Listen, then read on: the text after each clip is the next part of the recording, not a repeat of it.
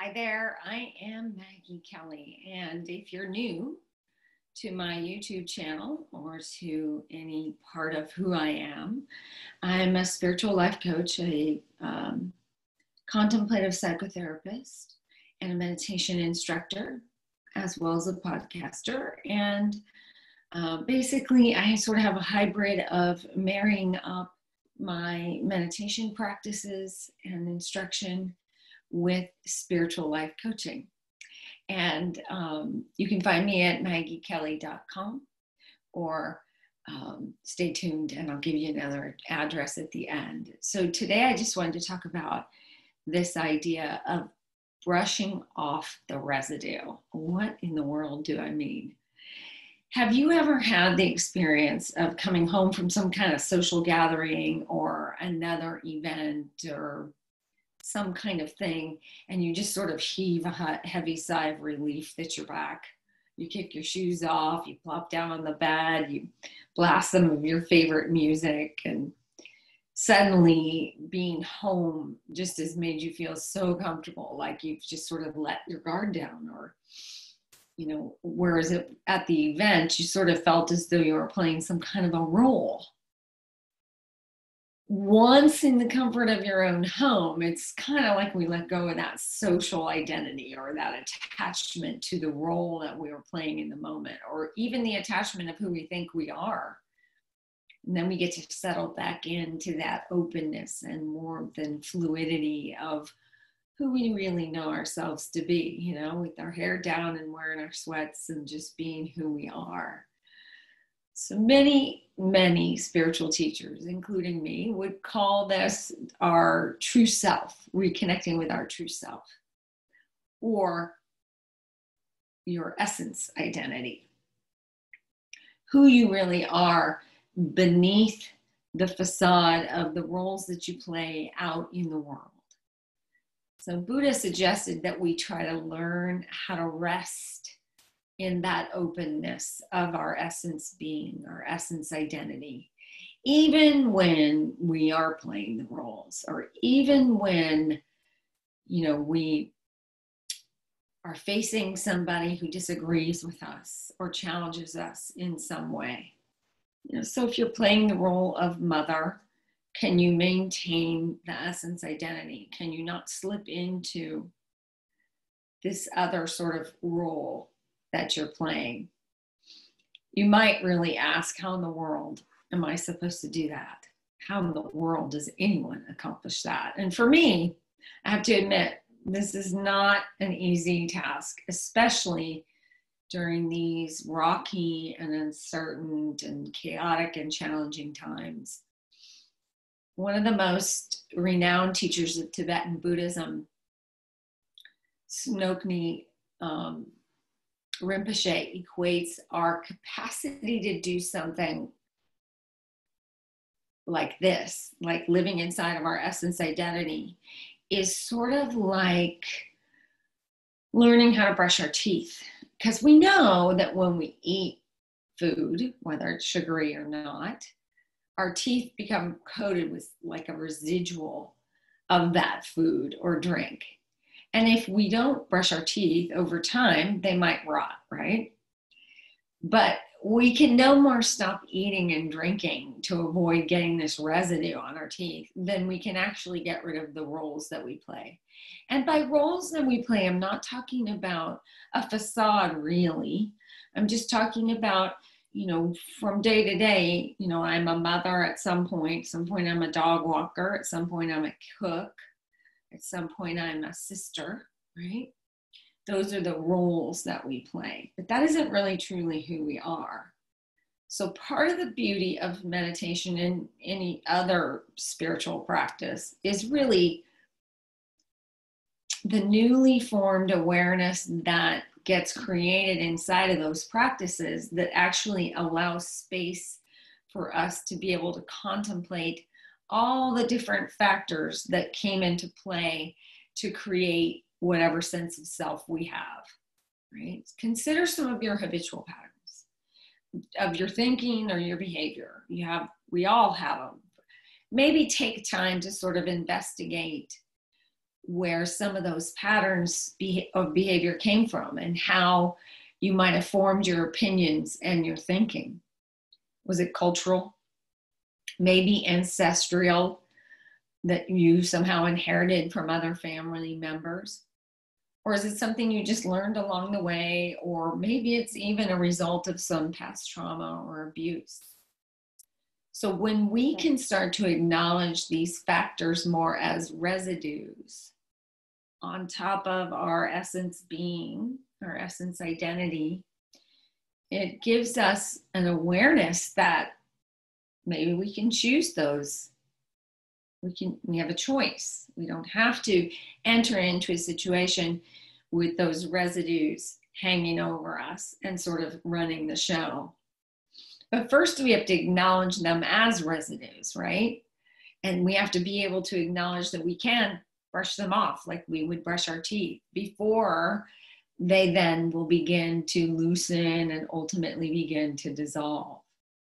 So this then makes it much easier for us to find the willingness to let go of our desire to start controlling our sensations, images, feelings, and thoughts, right? And settle in like we did after that encounter in the social situation and got in our jammies and kicked off our shoes, right? When we do that, we start to reconnect with the basic spark that really is our being. It's that essence identity that starts to shine really brightly. And we actually start to become better listeners. And maybe we're even more fully aware of what's going on around us. And we start to find ourselves becoming more responsive as opposed to reactive. I can give you an example of my own life. Recently, I was in a situation with one of the members of my family, and I was totally triggered by something that was said to me. And it was unkind. It was unnecessary. It wasn't true. And it was really sad. But only in hindsight did I notice how much residue was still all over my teeth in that interaction, right? How much residue of my past was the contributing factor to me getting so triggered by what was said.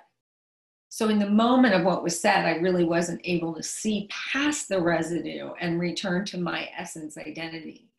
I really just failed to notice that I was being hooked or getting catapulted right back into the days when I doubted myself, my life, my future.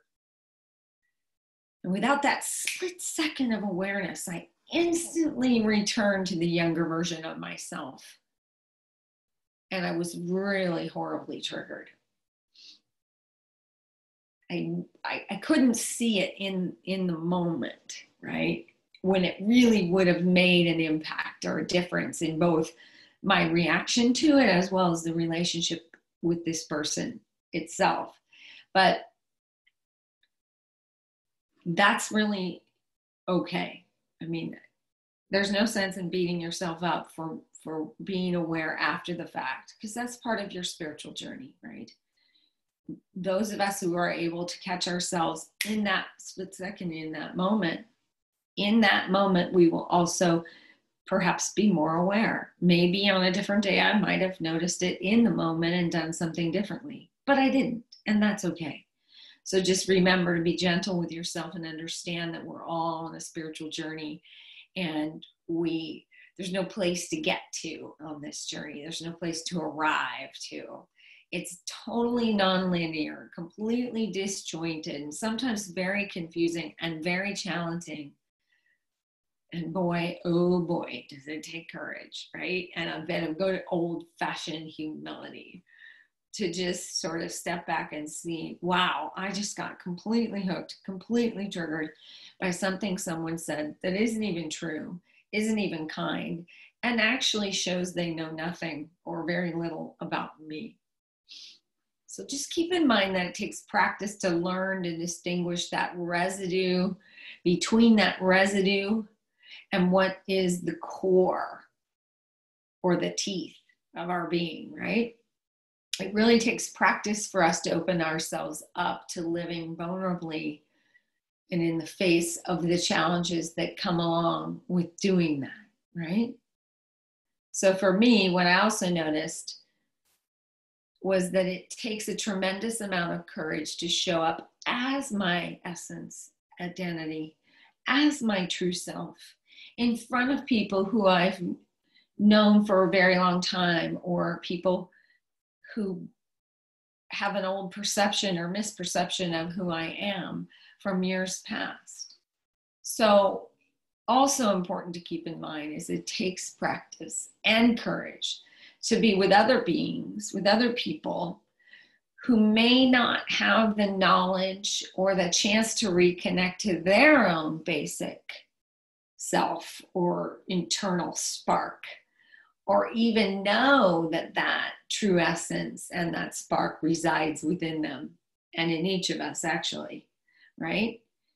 So if you encounter somebody that may not have access to the spiritual practices or may not be practicing, noticing themselves in the moment or as they are unfolding in a certain situation, remind yourself to be patient and compassionate to others as well as yourself as you traverse along this journey.